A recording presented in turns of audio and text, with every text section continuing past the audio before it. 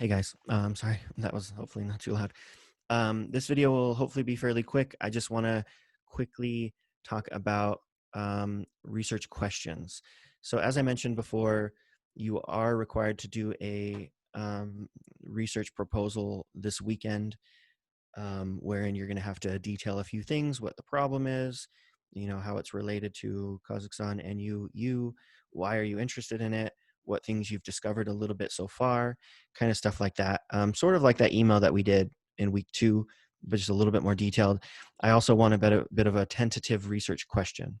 Now, for me personally, with the IMRaDR, sometimes research questions are really, really important.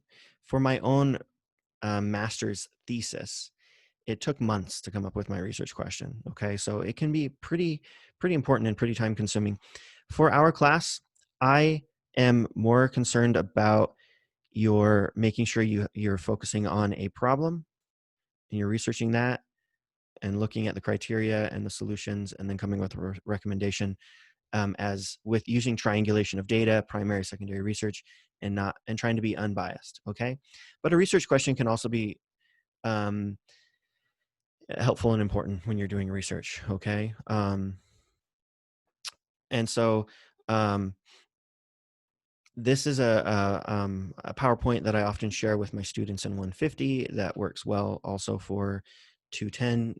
You may have seen it in your 150 course, but this is generally the process that you go through when you're trying to get to a thesis, and you start with interest, and then you get to a question, and then you figure out what the answer to your question is. And usually the answer to your question is your thesis, right? The main thing that you're trying to discover.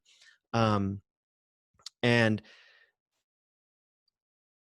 one of the differences with our course is that you can really just focus on that with our IMRaDR is you can focus on that problem, and then it's all about finding the solution. And so let's say the problem is um, uh, that parking is too expensive on Nazarbayev University campus. And so your research question could be, in what ways can we solve the issue of expensive parking on NU campus? And that's it, all right? And so it's just focused on that problem. Make sure you do a few things. Don't ask yes or no questions. If you say, is parking too expensive on Nazarbayev University campus? If that's what your question is, then guess what your entire research paper will say? Yes, period, done, right? So a yes or no question is too simple is what it is, okay? And so you want to come up with something like how or in what ways, things like that, okay? Let's see, I think I might actually have, now that I'm wondering, I think I might have, survey questions. Okay, so no, okay, we're good. All right, I just wanted to check that real quick. All right, so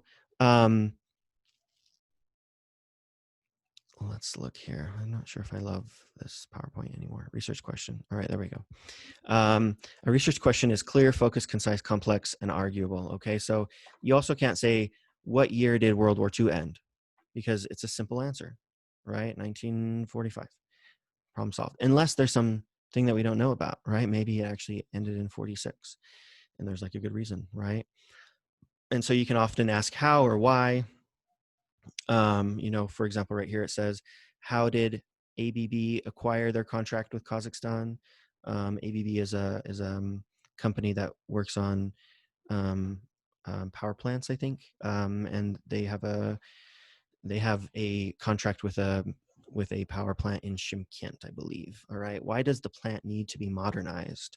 So these are the type of questions that you can ask. Okay, now what I would actually say is that most students last semester, their research question was either connected to their problem or one of the solutions. Okay, so honestly, if you want to make it easier for yourself, make it about the problem. Okay, so if the problem is expensive parking, then make your research question about in what ways can we make it less expensive, right?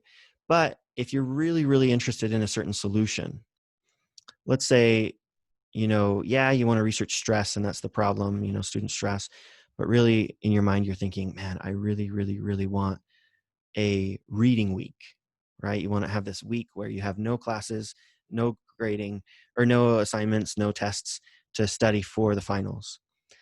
And so you might ask the question about that solution. So you might say, in what ways is reading week the most effective way of dealing with student stress? And you might discover that it's wrong. And if you do, you have to be honest and admit, well, reading week is good, but it's not the best, right? Or it might be right. Okay. So your research question can be connected to your problem, but it also can be a question about one of your solutions. It could be a question about your criteria. Okay. What are the best criteria for solving this problem? And so it's just a question that you ask like I said, in your actual discipline-specific classes. The research question is going to hold more power and more clout and be more important. Possibly in other tech writing courses, okay? It might be more important. I tend to focus a lot on the problem-solving model, decision matrices, focusing on the problem and the solution. Other tech writing instructors focus a little bit more on the research question. That's okay, all right? And so if you're in my class, we're going to focus a little bit more on the problem and solution, less so much on the research question. I'm going to keep this video short, and so I am going to upload this PowerPoint. Some of it is some examples. Okay, good. Yes, a lot of it is good. And this first part right here is a little bit more about thesis statements, and we don't really have a thesis for our assignment, so you can kind of skip through that, but then take a look at all these other slides with the research questions. All right. End meeting.